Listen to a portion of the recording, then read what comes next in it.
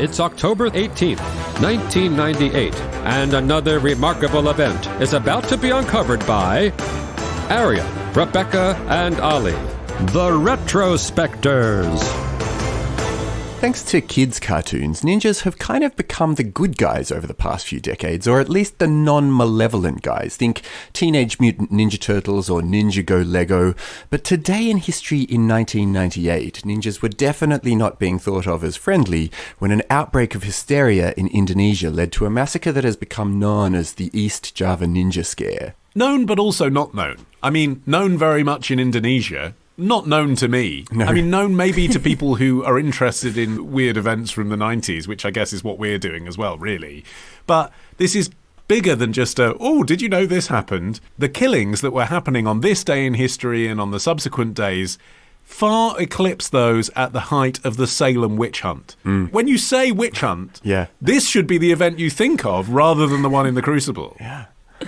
Yeah, Nicholas D. Kristof, writing for the New York Times, painted a very evocative picture of just how wild this got. He wrote, "Shrieking triumphantly and waving bloody sickles and knives, about 30 motorcyclists drove slowly through town in a victory celebration. Onlookers cheered, and the atmosphere was half exultant like that of a carnival, but it was also half terrified because one of the motorcyclists was waving a bamboo stake on which was impaled the head of a young man."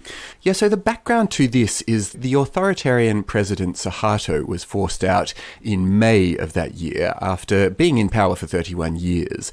And the country went into a period of transition that was known as the Reform era, which is actually the era that continues to this day. And it's seen as a more open and liberal time for Indonesia, with a push for a stronger democratic system and greater civilian rule, but sort of counterbalanced by the fact that the former military is still trying to retain their influence in the country.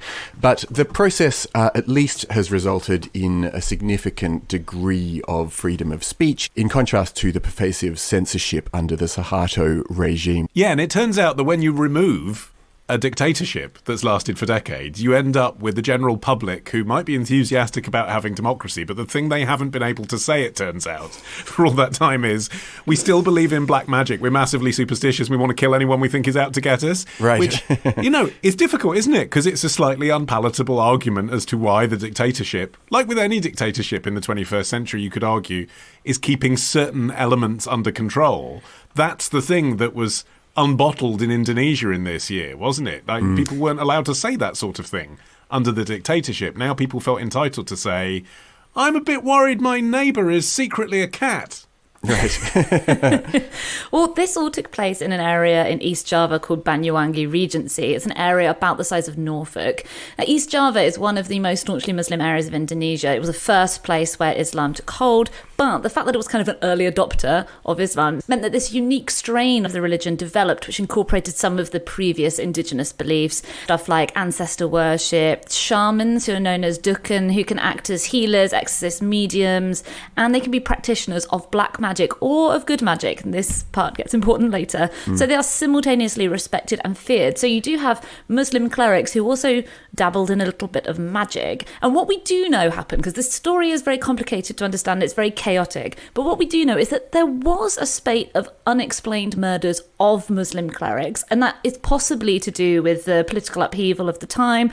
But the local press inflamed the tensions with these lurid accounts of clerics being attacked by packs of assassins dressed in black, to the point that Islamic schools started forming guards to accompany their teachers to protect them from the ninjas. And the term ninja had been being used in Indonesia since 1995, initially to describe violence inflicted on independence activists in East Timor by these black-clad civilians who were supposedly in league with the police and the army. So this was sort of a thing. It was really inflamed into mass hysteria by the press. Yeah, but prior to this moment, the killing of the dukun, or these sorcerers, the sorcerers who were regarded as bad sorcerers, was very uncommon. Because the thing was that dukun found themselves blamed for all of the personal or even societal wrongs within Indonesia, but they really largely weren't actually held accountable for it until this moment where there was just so much upheaval that people began to take the whole business into their own hands. And that's why you had this growing number of of killings of these Dukan.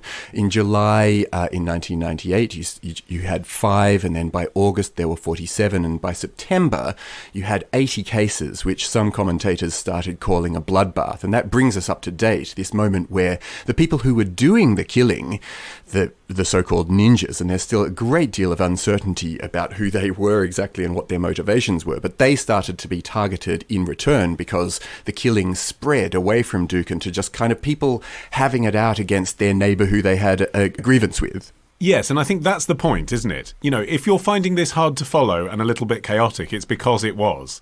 And actually, the only facts that everyone can agree on is that some people murdered some Muslim leaders earlier in this year, and that they were affiliated with Nahdlatul Ulama, who are the country's largest Islamic organisation.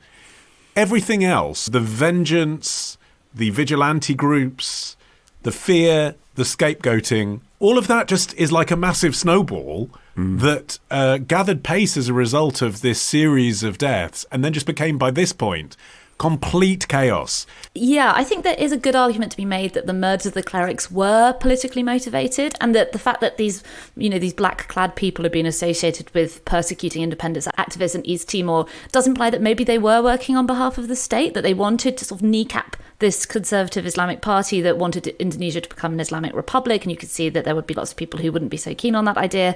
But those murders of the clerics ended in October, but the anti-ninja violence only got more and more bloody. It continued into 1999. So by this point, it had become completely divorced from the original issue. Yes. And it's like anything, you mentioned the Salem witch trials, and it's like all of these mass hysteria incidents, the most vulnerable people are the ones who end up being targeted. So, the mentally ill, drifters, the unemployed, any stranger in town. And everything was just spiraling into paranoia. There were people who claimed they saw ninjas running at super speed, that they could climb impossibly high walls, they could fly through the air, they could even transform into cats. And the burden of proof, it's like the witch trials in the sense of like, oh, if she sinks, she's a witch. If she floats, she's a witch. It's like, if you shine a light at someone and they vanish, that proves they're a sorcerer, i.e. run away when you're being pursued by a mob, right? That proves that you're a sorcerer.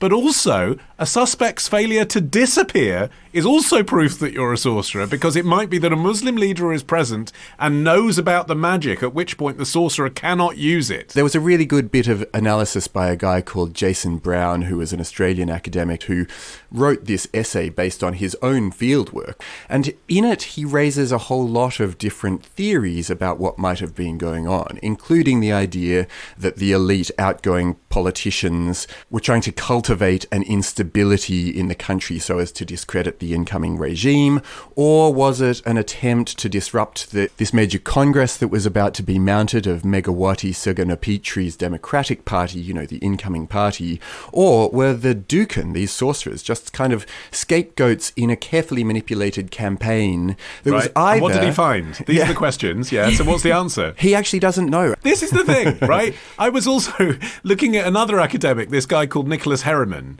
who also went out there for years to study this. And he also was like, is it because it was the grandchildren of members of the Communist Party who were wreaking vengeance on people that had killed their grandparents? Is it because the military were attempting to destabilize the regions? And he found, after years of talking to people, no conspiracy, just a genuine fear of ninjas and a desire for social justice amongst people who were very superstitious. Quote, "The people I spoke to were neither especially good nor bad, but were, as far as I could tell, normal. Yet they were also people who had thrust a sword up a sorcerer's vagina, dragged a sorcerer behind a truck, or set a sorcerer on fire." Yeah, I mean, maybe the only sensible conclusion for why masses and masses of people were being killed in really quite horrific ways, as you describe, is fear of ninjas. Like that, on some level, like ninjas are frightening.